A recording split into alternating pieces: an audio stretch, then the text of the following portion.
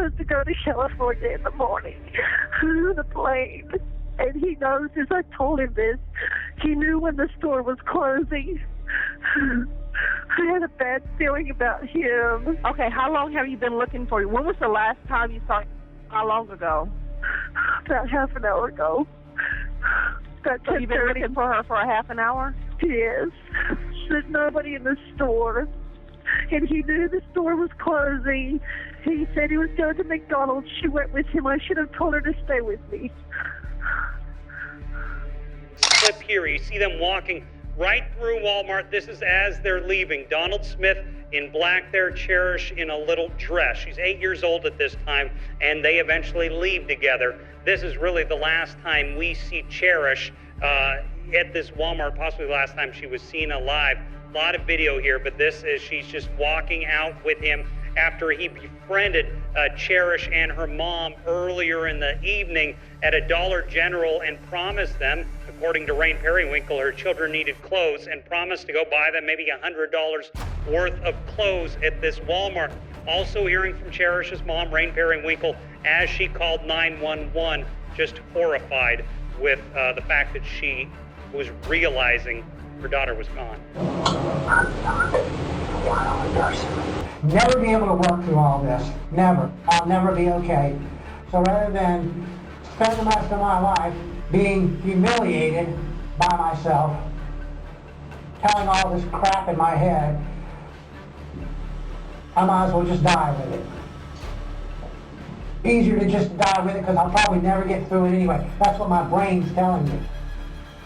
The 911 dispatcher could barely make out the mother's panicked, hysterical screams. It was just past 11 p.m. at a Jacksonville Walmart when 8-year-old Cherish Perrywinkle vanished into the night. Security footage revealed a bone-chilling reality. The little girl, wearing a bright orange dress, was seen happily skipping out of the store, obediently following a 61-year-old man she had met only hours prior. She had no idea she was skipping straight into a living nightmare. What happened next is guaranteed to ignite a fire of pure rage in everyone who hears this story. You took her. Okay, ma'am, you think she's been taken. You say you have other kids with you? Yes, I do. He was giving too much attention. He wanted her to buy these really tall shoes that were women's shoes, and I told him no. I said they're too high for her. I wouldn't even wear shoes that high. Maybe he was grooming her. I hope to God he doesn't kill her, and I hope to God he doesn't rape her. Okay, and when did you meet him today? I met him at Dollar General on Edgewood. Cherish Lily Perrywinkle was the kind of 8-year-old girl who brought light into every room she entered. She was known for being incredibly sweet, obedient, and always carrying a bright, infectious smile on her face. For Cherish, life was about to get incredibly exciting. It was the early evening of June 21, 2013, and the young girl was practically buzzing with anticipation. Why? Because the very next morning, she was scheduled to board a flight to California to spend the summer with her biological father. She couldn't wait. She wanted to look perfect for her dad, hoping to bring some new clothes for the big trip. But the reality of her family's situation was heavy and suffocating. Her mother, Rain, was a single parent raising 3 young children, doing everything she could to keep her head above water. That evening, Rain packed Cherish and her 2 younger half-sisters up and headed to a local Dollar General in Jacksonville, Florida, to grab some much-needed supplies and maybe, just maybe, a few inexpensive items for Cherish's trip. The pressure on Rain's shoulders was crushing. She had exactly a $100 bill in her pocket, and that money had to stretch to cover groceries, household necessities, clothes for the girls, and the cab fare to the airport the next morning. Every single penny was accounted for. As they wandered the aisles, Cherish's eyes lit up. She had found a dress she absolutely loved. She held it up, a hopeful, bright smile spreading across her face. But as Rain checked the price tag and frantically did the mental math, the devastating weight of their financial reality set in. She couldn't afford it. With a heavy heart, Rain had to do what no mother ever wants to do. She gently told her 8-year-old daughter to put her favorite dress back on the shelf. It was a quiet, heartbreaking moment between a struggling mother and an understanding child. But they weren't alone. From the shadows of the store, someone had been silently watching. 61-year-old Donald Smith had been observing the family from afar, his eyes tracking their every move. Predators don't just choose their victims at random, they hunt for vulnerabilities. Smith saw a tired, overwhelmed single mother holding onto 3 young kids. He saw the financial desperation. He saw the perfect opportunity. Numbers of surveillance videos show the minute Perrywinkle's family first encountered him, their visit to a Northside Walmart together, and the last time the 8-year-old was seen alive walking out of the store alone with Smith. As Rain and the girls made their way outside, Smith made his move.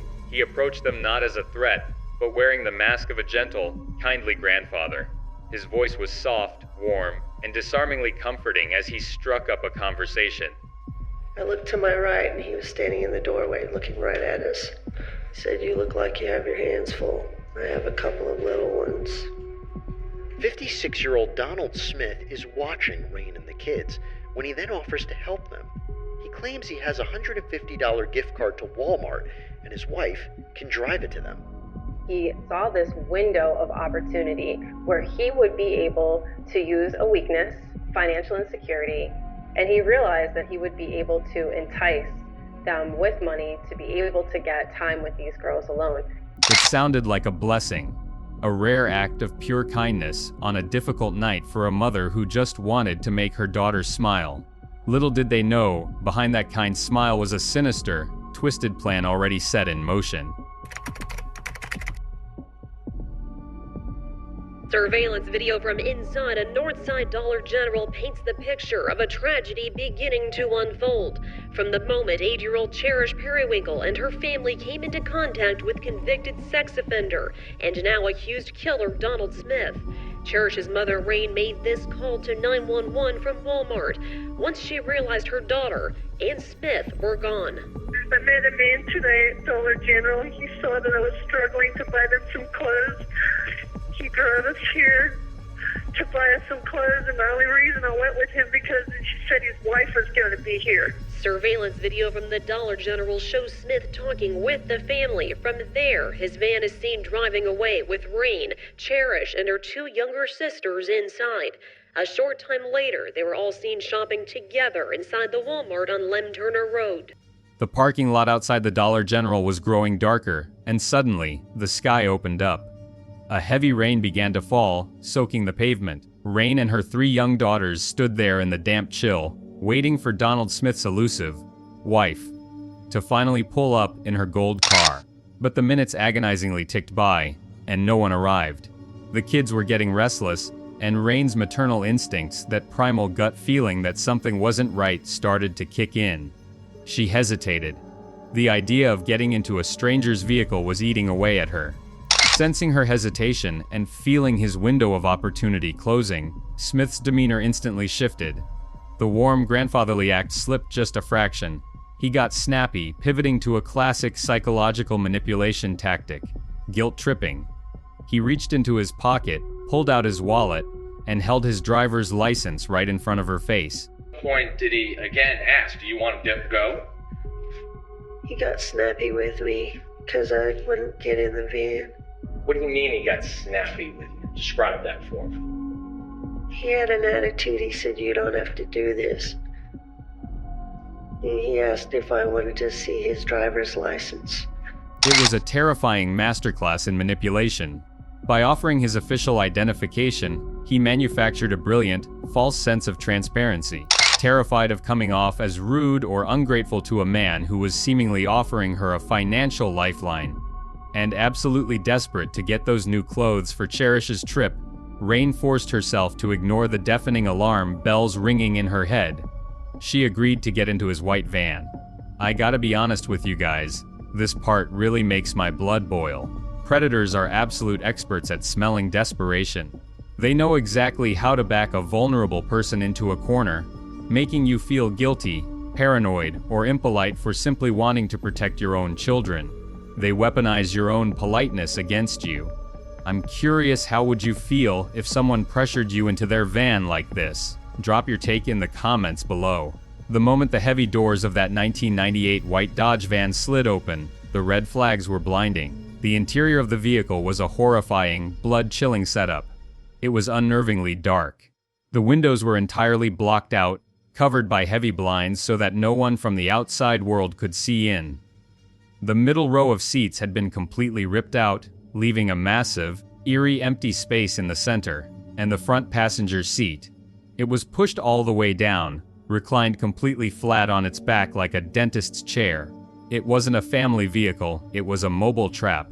With no other choice in her mind, Rain shoved the baby's stroller into the massive void in the middle, secured Cherish and her sisters in the back bench seat, and nervously climbed into the front. As the van pulled out of the parking lot and headed toward the Walmart on Lem Turner Road, the tension inside the confined space was thick enough to cut with a knife. Rain sat rigid, her anxiety skyrocketing as they rode in the dark with this stranger. Smith could feel her fear radiating in the tight space.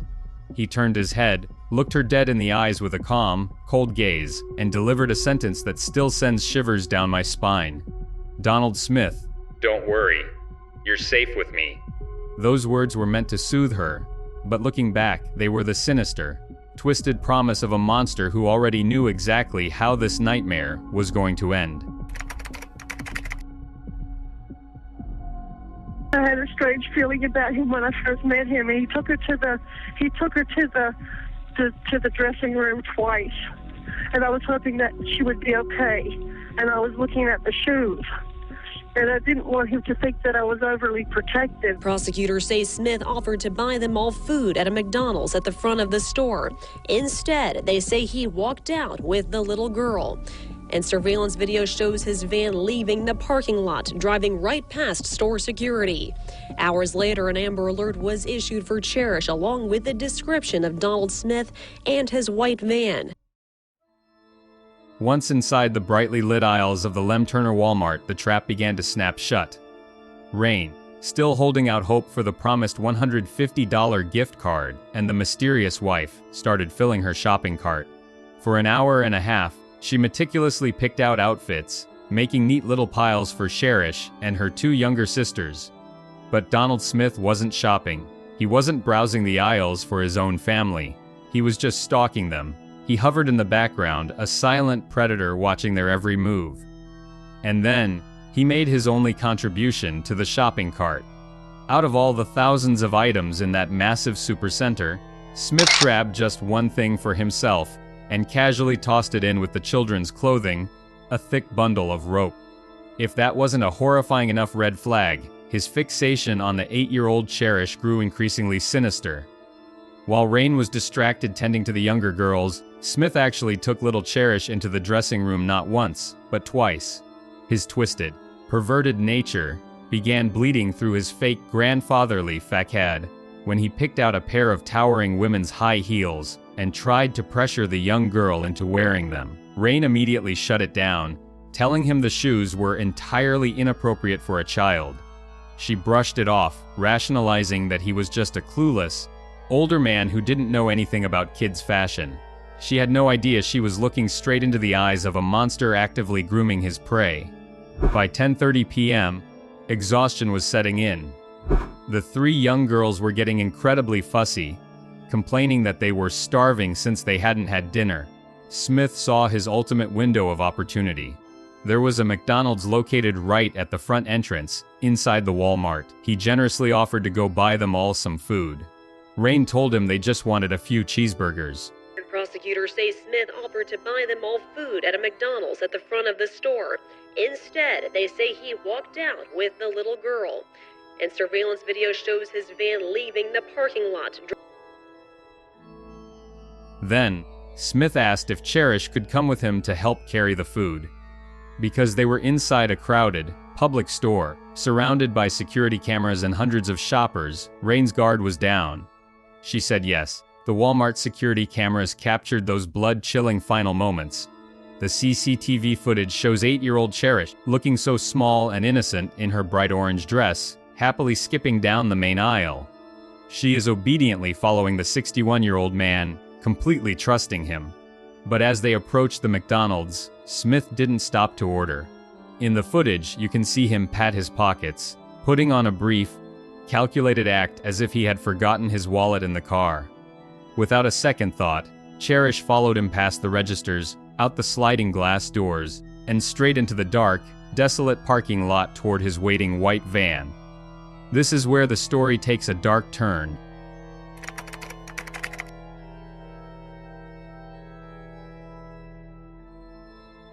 "20 minutes passed, then 30. Back in the clothing section, Rain was still waiting with her 2 younger daughters, staring down the empty aisles for any sign of Cherish or Donald Smith. Suddenly, the overhead intercom crackled to life, announcing that the Walmart would be closing shortly. A frigid wave of dread washed over Rain. She pushed her cart toward the front of the store, her steps quickening into a frantic sprint. When she finally reached the McDonald's at the entrance, her heart dropped into her stomach. The lights were off. The restaurant was completely dark. It hadn't just closed, it had been shut down for hours. The realization hit her like a physical blow to the chest. The food, the wallet, the gift card, it was all a lie. Chaos ensued. Rain abandoned her shopping cart and began running wildly through the massive supercenter, screaming bloody murder for someone, anyone, to help her. Because her own cell phone had been broken earlier that day, she frantically begged a Walmart employee to let her use theirs. At 11:20 p.m., she finally connected with a 911 dispatcher. The audio of that emergency call is nothing short of gut-wrenching. You can hear the raw, primal terror of a mother whose absolute worst nightmare is unfolding in real time. Amidst her hysterical cries and hyperventilating sobs, Rain screamed into the receiver. Maybe he was her. I hope to God he doesn't kill her, and I hope to God he doesn't first. I don't want him to kill her. Or want to be one of those parents that are going through this. Oh my God. When Jacksonville police arrived on the scene, they immediately pulled the store's CCTV footage. It didn't take long to identify the man walking out the sliding glass doors with 8-year-old Cherish. It was 61-year-old Donald Smith, and his background was the stuff of absolute nightmares. Smith was a registered predator with a horrifying 40-year rap sheet dedicated almost entirely to preying on young girls. Even more infuriating, he had just been released from jail a mere 3 weeks before he crossed paths with the Perrywinkle family. The police had the suspect's name, his terrifying criminal history, clear video evidence of the abduction, and the exact description of his white Dodge van. They had everything they needed to blow this case wide open and lock down the city immediately. But they didn't. In a catastrophic failure of the system, authorities initially classified the incident not as a kidnapping, but as a missing person case. They essentially treated it as a child wandering off, completely ignoring the mother's desperate pleas and the glaring red flags of Smith's sickening record. Because of this fatal, baffling misjudgment, police delayed issuing an Amber Alert. They waited an agonizing 6 hours before finally broadcasting Cherish's face and Smith's white van to the public and the media. 6 hours in the dead of night, while a defenseless 8-year-old was trapped in a dark van with a lifelong predator. Does this make your blood boil too? 6 hours while a child is with a known monster. Drop your thoughts in the comments. By 5:30 a.m. the next morning, the local news had finally broadcasted the images of Cherish, Donald Smith, and his chilling white van. The city of Jacksonville woke up to a massive, frantic manhunt, but the crucial breakthrough didn't happen until around 9 a.m., when a concerned citizen called 911. The witness reported seeing a suspicious white van parked completely off the road, hidden deep in the thick bushes behind Highlands Baptist Church. The caller noted that the van was already gone, but they were terrified the driver might have dumped something in the woods. He's calling about a suspicious van over here, a white van. And how long ago did you see it? Oh man, my goodness. You picked me up from work at 7 o'clock, so that was like 7:20. Yeah, 7:20. It was like that. We didn't say nothing. We didn't know anything until just now. All right, and you said it's now gone? Yes, ma'am. But you think he may have, just in case, he might have dumped something? Right, we don't know, but just in case, it looked suspicious because it was all the way to the back. Minutes later, An eagle-eyed officer working an unrelated traffic crash on Interstate 95 spotted that exact same white Dodge van speeding down the highway. And then, the chase was on. Multiple police cruisers swarmed the interstate, cutting Smith off and forcing the van to a screeching halt. With weapons drawn and adrenaline pumping, officers commanded the 61-year-old predator to step out of the vehicle. Smith surrendered without a fight, stepping onto the pavement in a black t-shirt and jeans. But as officers threw him against the van to pat him down and slap on the cuffs, they noticed a terrifying, blood-chilling detail from the waist down. Smith's clothes were absolutely soaking wet and caked in fresh mud. When officers demanded to know why he was drenched, Smith didn't even flinch. He coldly lied, claiming he had been smoking crack with some prostitutes and that he just sweats profusely when he's high. But the police weren't buying his twisted story for a second. Looking at the thick mud and dripping water, a horrifying realization hit one of the arresting officers. The puzzle pieces connected in his mind, and he frantically yelled out to the others, "Oh my God, she's in the water!" A tactical team immediately rushed to the dense, marshy woods behind Highlands Baptist Church. A K-9 unit was deployed, and officers quickly noticed a fresh, sinister trail where the tall grass had been heavily trampled down. Following the path of flattened brush deep into the muddy terrain, they reached the edge of a murky, flooded creek.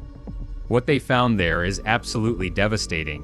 Beneath the dark water, violently pinned down by heavy chunks of concrete asphalt, bricks, and debris, lay the lifeless body of 8-year-old Cherish Perrywinkle. She was still wearing the same bright orange dress she had worn to the store just hours earlier. The heartbreak of that moment is truly unimaginable.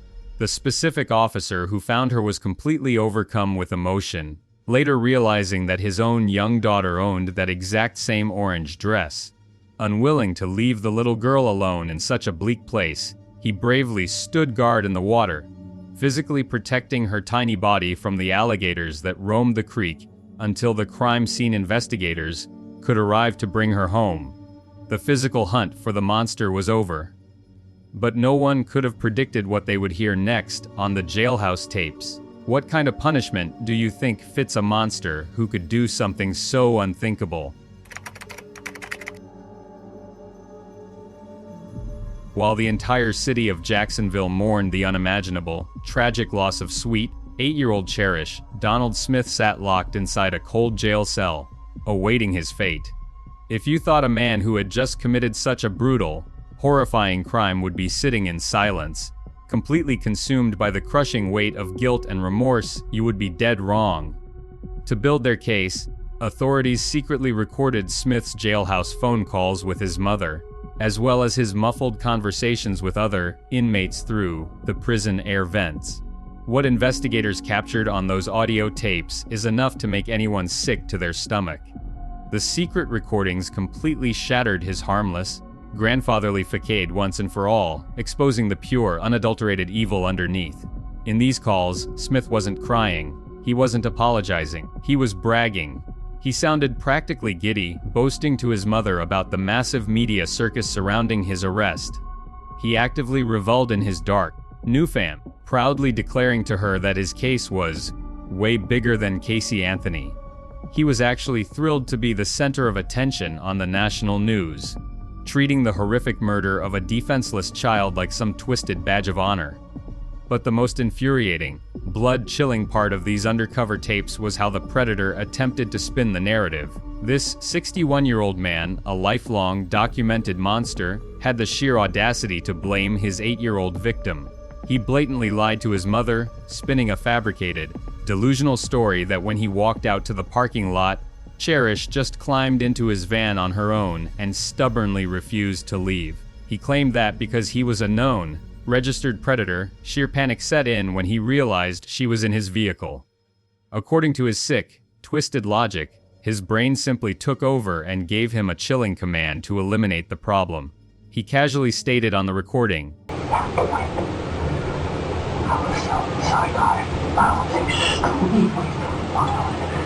She had to go. I don't care how she had to go. That's my life. Stay right here. You're gonna kill me. It's your fault. I'm gonna He was literally trying to justify torturing and strangling a little girl by claiming she was a liability to his own freedom. And Smith wasn't just pure evil, he was highly calculated. Knowing full well that he was facing the death penalty in the state of Florida, he immediately started plotting his escape from justice. I need a very simple book. On the tapes, he can be heard directly instructing his mother to go out and buy him a copy of the DSM-5, the official diagnostic manual used by clinical psychiatrists. He desperately wanted to study the book so he could perfectly mimic the symptoms of a severe, debilitating mental illness. He knew that faking insanity was his only ticket out of the execution chamber. I gotta be honest with you guys. What struck me the most was the pure arrogance. He didn't shed a single tear for her, only for himself.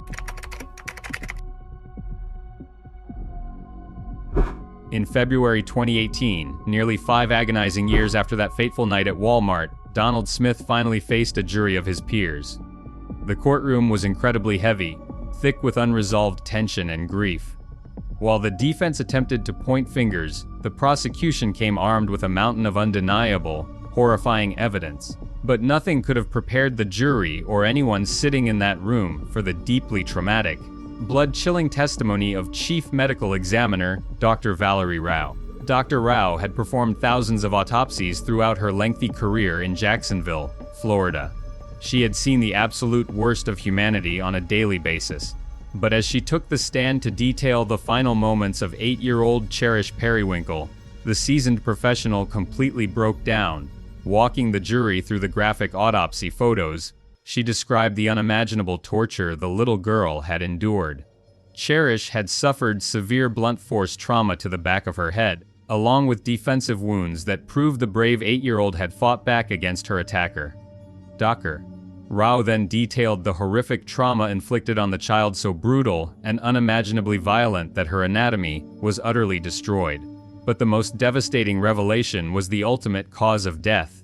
Dr. Rao explained that Cherish had been violently strangled.